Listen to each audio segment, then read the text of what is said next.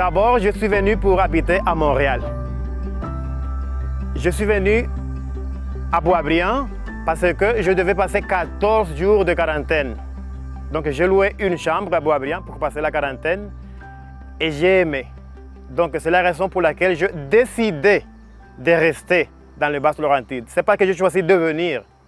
J'allais habiter d'abord à Montréal, mais j'ai aimé la première fois que je suis venu pour passer la quarantaine. Le plus difficile pour moi, je pense, c'est l'intégration. Parce que moi, je suis quelqu'un qui reste peu dans la maison. Je suis au travail. Si je ne suis pas au travail, je suis dans une terrasse, au gym, mais je suis toujours dehors. Je socialise beaucoup. Donc c'est la chose la plus difficile parce que dans mon pays, j'avais beaucoup d'amis. Donc j'étais toujours dans un café, et dans une discussion, dans un sport bar. Mais ici, comme je ne connais pas beaucoup de personnes, ça c'est le plus difficile pour moi. Grâce à ABL Immigration, c'était moins difficile parce que ABL Immigration, c'est le seul soutien que j'avais.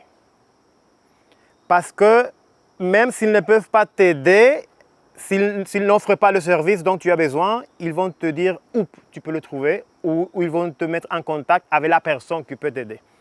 Donc avec ABL Immigration, grâce à eux, j'ai pu me débrouiller plus facilement.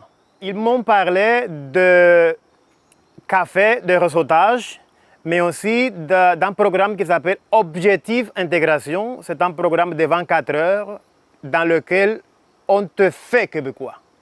Parce qu'on apprend l'histoire, on connaît les gens, on connaît les droits, on connaît les devoirs, on connaît tout sur le Québec. Donc après l'objectif intégration, on devient québécois si tu apprends tout. Essentiellement? J'ai eu plusieurs offres de travail, mais je ne voulais pas faire avoir le même travail que j'avais chez moi dans mon pays, là où j'étais professeur d'espagnol à l'Université de Santo Domingo. Ici, je voulais changer de matière, je voudrais quelque chose de différent. Un travail où je serais obligé de bouger. Un travail où je serais obligé de parler les 3 langues, espagnol, français et anglais, mais aussi un travail où je puisse aider les gens. Donc, j'ai trouvé un travail excellent parce que comme préposé aux bénéficiaires, j'aide les gens. Je parle anglais, français, parce qu'il y a des résidents qui parlent même espagnol. Je parle les 3 langues et je bouge. Je ne suis pas toujours assis devant un ordinateur. J'ai peur d'engraisser. Donc, j'ai trouvé un bon travail. C'était très facile. Même si je parlais français, j'ai de la misère, comme on dit ici au Québec. J'ai eu de la misère à comprendre parce qu'il y a beaucoup de mots que j'ai dû apprendre après l'arrivée.